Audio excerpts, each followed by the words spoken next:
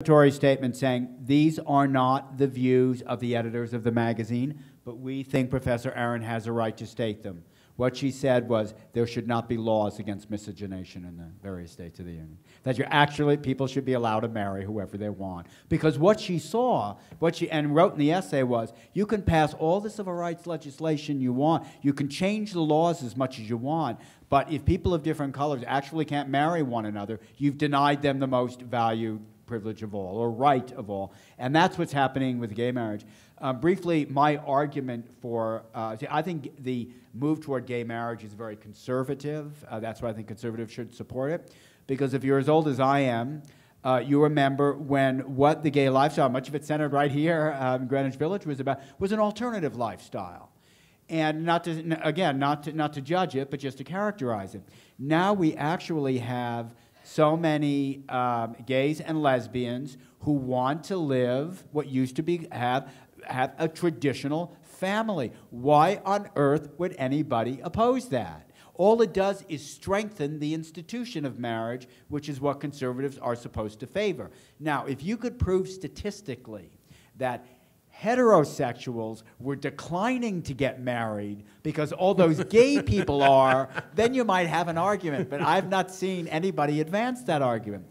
That's why, again, so much of what is called conservatism today is not conservative at all. It's actually a form of radicalism.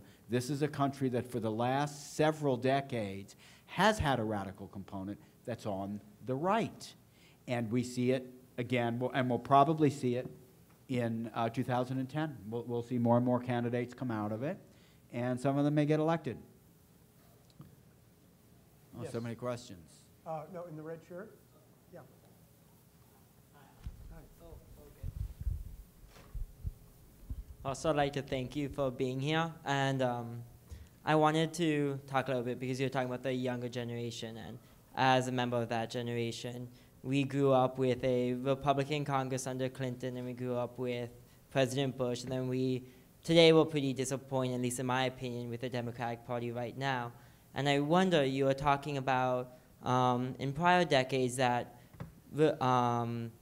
Republican youth channeled their energy into party politics, and then the liberal youth went into protest or revolt. And so that begged the question. I have a class with Rogan Kosh at Wagner. He's an amazing professor, and he says every 50 years or so, you see this resurfacing of activism. And I wonder if there's going to be and that in the next coming years is a new wave of activists and maybe revolt.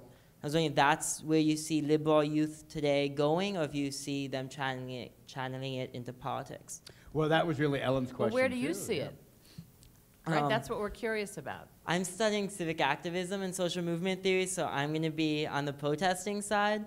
But I really do think that we're going to try to channel it into politics, just because we see radicalism not really working, I guess, and we haven't seen it in a while. So you mean traditional politics, party politics, choosing candidates, getting them elected, that sort of thing? Yes, because with I think with Obama we see that like youth did come out to vote, and we came out, we helped campaign, we helped do all this stuff, and we didn't see that. So we did see protests under Bush, but it wasn't as radical as you see happening with the teabaggers, the conservatives, with Obama, and they're particularly maybe more youth-based.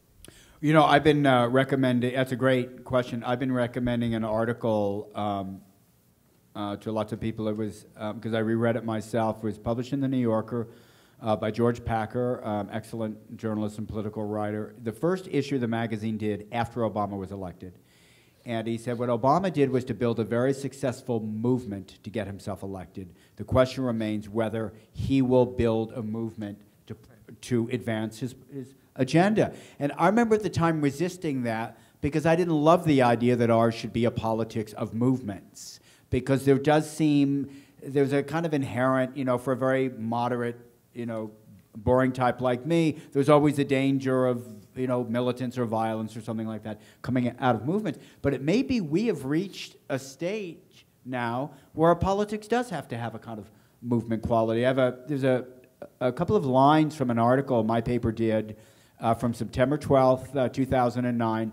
Just as those protesters were gathering in Capitol Hill, Obama was in a helicopter. He could see them, and they could see him flying off to Minneapolis to hold a rally in defense of his health care policy. And I remember at the time thinking that this feels a little eerie. It feels like either a campaign that's still going on, or it feels like an old-style European election where these competing movements. And now I think maybe that was his mistake. He didn't do more of that, rallying the troops and trying to translate that campaign energy into the program. I think he temperamentally resisted that. I think he didn't want to do it. I think he doesn't like it. And that may have hurt him politically in some way. But Sam as well, I mean, you can't have a youth movement supporting Obama in 2008 and jumping ship with Disenchantment in 2010. I mean, if you look at the Young Americans for Freedom, there's William Rehnquist, how many years later, going to the Supreme Court and coming out of that movement. And there were dozens and dozens and dozens of those people who took their lumps, were bloodied, hung in there, and basically became major players in American politics. But the problem you have is, and you see this in some of the blogs, and especially the left-leaning blogs, there's an almost acute sense of disappointment. I always say Democrats are neurotic, and they're always waiting to be disappointed and for the sky to fall in. But because he chose to try to make the process work, and I think he made some mistakes, like letting Baucus and some of the people in the Senate have this thing for 3 months, there was acute disappointment on the left to the point where I'm reading and stunned by it, blogs that say, better no health care bill at all than this health care bill, i.e. better my ideological self-righteousness than 31 or 32 million people getting health care. And there's a breakdown of civility all across the process, not just in terms, and distrust, not just in terms of the teabaggers in the Republican Party, but in terms of some of the left and the Democratic Party. If Democrats aren't going to trust Obama, and if people aren't going to say we have to make some reasonable compromises to get legislation through, then the whole process is going to break down. But Sam, does the ideology of Republicans make for a longer shelf life? Well, you know, to generalize in a really, unacceptable way, but I do it all the time. I think one difference between liberals and conservatives is liberals have, these are very broad generalizations, is I think liberals tend to be somewhat more pious about their positions. They think they're smarter than the other side. The other side is so dumb, don't they get it? And also not as good at mocking themselves. You know, what we forget about people like Limbaugh and Beck is they are essentially comedians. You know, whether you find them funny or not, they're entertainers. Now, the conservative weaknesses mirror those. Conservatives resist new ideas, and conservatives tend to be often less imaginative in the way they think. Again, these are very broad generalizations. I do think there is more of a tradition, maybe it has to do with temperamental differences between being a conservative and a liberal, on the right of kind of sticking to it. You know, a guy like Reagan, even Reagan's so-called charm career had many defeats built into it. You know, he ran twice for president, unsuccessfully before he got elected. He was outmaneuvered by Nixon in '68. And if you talk to people who are in the movement, Reagan was at his peak in 1976 when he almost defeated Gerald Ford, and chose, if you remember he chose his running mate in advance. He chose about the most liberal Republican in the Senate, Richard Schweiker from Pennsylvania, ahead of the convention to kind of rally the troops. They stick to the cause. But they do the long march in a way that liberals or the left tend not to so much. It's more a kind of culture of instant gratification. You know, I'm reminded of one of Norman Mailer's great campaign books. I think he's describing the 1960 Democratic Convention, and he said, well, there are a lot of Holden Caulfields walking around. And I'm reminded of that because the great Salinger died. There was this kind of quality of alienation, of angst, and a kind of luxuriance, or self-indulgence in the new left, which you can see if you compare Tom Hayden's very fascinating Port Huron statement 1962, with the Sharon Statement, which had preceded it, which was the sort of conservative statement of principles that the Young Americans for Freedom wrote. Hayden's is much richer. The conservatives just had a list of ideas that were no different from anything Robert Taft would have said, because conservatives generally don't have ideas about governance. That's one reason so little is put forward. And Hayden's has this kind of Camus-like richness and depth and all the rest. But the one is actually, the other is a more effective way to get your politics done, is to just have your list of principles, and maybe the conservatives are better at it. In the back, yes, sir. In the striped shirt. No. You're next. You're next. Right behind you, there was a, right there? Yes, I thought I saw a hand up. Right. Must be a moderate Republican. Nobody can find him. Mr. Tannenhaus, I think I demur with your last remarks about the Port Huron statement being the inferior to the other. While the right-wing people were preparing for their electoral coup decades in the future, the youth, responding to the Port Huron statement, and entered the the SNCC, the Student Nonviolent Coordinating Council. They're the ones this week we are celebrating because of their lunch counter sit-ins and the other civil right direct action that they engaged in. And we wouldn't have overcome the Jim Crow legacy but for that participatory democracy which they followed among the tenets of the Port Huron Statement. I agree, actually. And the last thing I wanted to mention was perhaps you're too close to your biographical subject. You made a comparison between the 60s content of the New York Review of Books versus the pages in the pages of the new National Review. But even though I was just a teenager at the time, I recall it was in the pages of the New York Review where the insights appeared from the following: Mary McCarthy, Hans Morgenthau, Edmund Wilson, Jason Epstein, Hannah Arendt, Murray Kempton, Susan Sontag, the Renaissance scholar Francis Yates. And if you compare that content with that which I read in the National Review, well, what I found there was the racism of Bill Buckley and the saturation of the pages with sophomoric humor for the most part. Well, first of all, you didn't quite get what I said. I said if you looked at it in 1971, you would see the difference.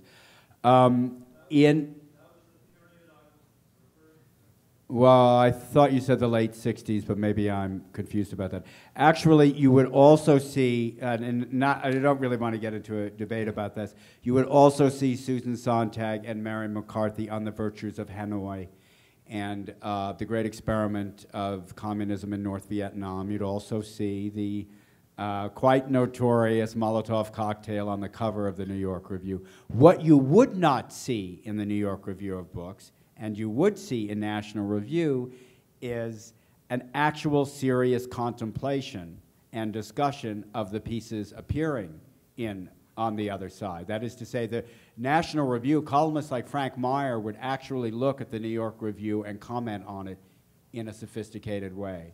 I ask you when the New York Review ever did that with National Review. I'd also remind you, you could see Jason Epstein on the glories of the Black Panthers and the Chicago trial. So I think there were excesses on all sides. You happen to favor one set over another.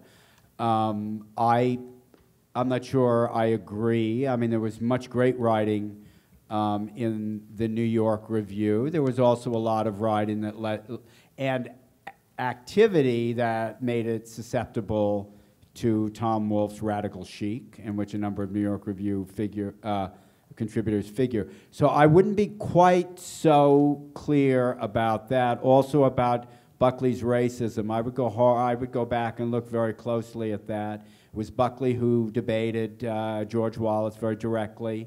In 1968, challenged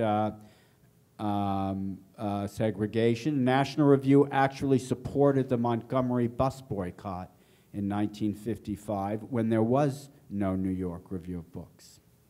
Okay, final question. Yes, sir. Sorry.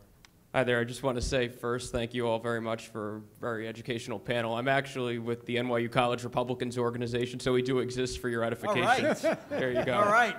But in any event, I did want to ask you about the recent election, although it only represents one seat, and if the trend in Massachusetts in the Senate race carries over to this coming November, what do you ideologically and otherwise say to account for it? And to put it in context, I know the New York Times in an editorial said, quote, "To our minds, it is not remotely a verdict on Mr. Obama's presidency, nor does it amount to a national referendum on health care reform." And if you have populist candidates like Scott Brown who are able to tap into that sentiment and seem to bring together the movements of the Tea Party and the party establishment, and there is electoral results like Cook and other people seem to predict, which would be in the Republicans' favor, what do you believe is the ideological reason for that? Massachusetts is a very complicated case. To me, the most interesting thing that was said after that election was by Lindsey Graham, whose name seems to keep coming up. Not that he's a hero of mine by any means. But in a story that the Times had, he said something like, "Don't think if you're a Republican in a red state, this can't happen to you." Which seems very odd because Massachusetts is the bluest of all states, and there was a liberal, who lost to somewhat right of the party Republican. I think what Graham meant by that was that I think what he was looking at were the challenges that will come from the right wing of the party if the Tea Party group merges with it, and that's still unclear, right? They're still battling now, and what he was looking at in Massachusetts was simply a sort of dissent against not quite incumbency, because these were two candidates running for the first time, but a kind of inherited incumbency because it had been a Democratic seat for so long. So I think someone like Graham, who's been in the Senate a long time, essentially sees himself as part of an establishment that's being threatened from below, wherever it comes from.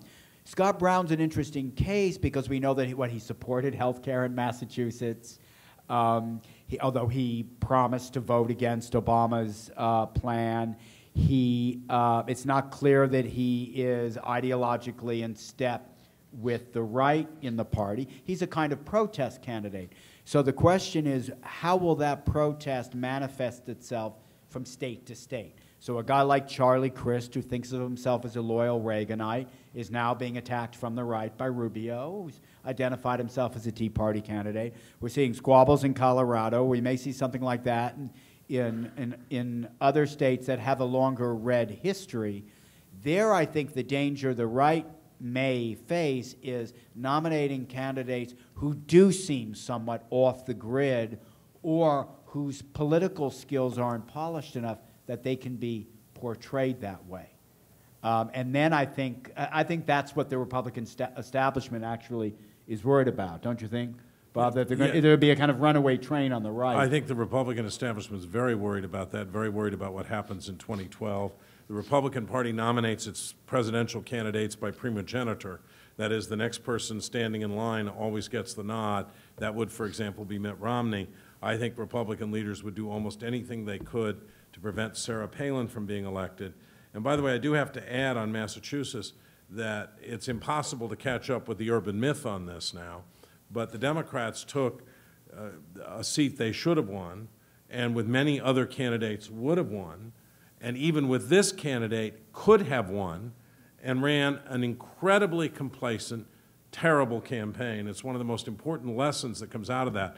But only 11% of people afterwards, by the way, they polled the state afterwards, said, we voted for him because he was going to vote against the health care bill. And 70% of people in that poll said, we think people ought to have access to health care, and we would never repeal the Massachusetts plan. So it's more mixed than it appears. Okay, I will say finally, young man, for all of our hypothesizing and prognostications, I think you're in for a good couple of years. Thank you very much. Oh, can I add one little anecdote about the Senate seat, because it's interesting. The Senate, that particular Senate seat was, of course, held by Teddy Kennedy, who was elected in 1962, a special election, succeeding his brother, who had become president. John F. Kennedy won that seat in 1952 by upsetting the classic-style Brahmin Republican Henry Cabot Lodge. And the way Kennedy won that seat was it was very close. He won by 70,000 votes. That Henry Cabot Lodge had been an enemy of Joe McCarthy because he represented the old-style Republican McCarthy didn't like. And he pleaded with McCarthy to go to Massachusetts and campaign for him, right? You know this from your book. McCarthy wouldn't do it, not only because he didn't like Henry Cabot Lodge, but because Joe McCarthy was a great friend of the Kennedy family. Joe Kennedy had contributed money to McCarthy's campaign. John Kennedy would not stay in a room in which, after his death, Joseph McCarthy was spoken ill of. That shows you how much our politics has changed. Those Irish Catholic roots. Yes. Oh yes, books are available for signing. Sam's book, The Death of Conservatism, and I guess we'll have a little get together for a few minutes. So please come and join us. Thank you very much. You're all very patient, very indulgent.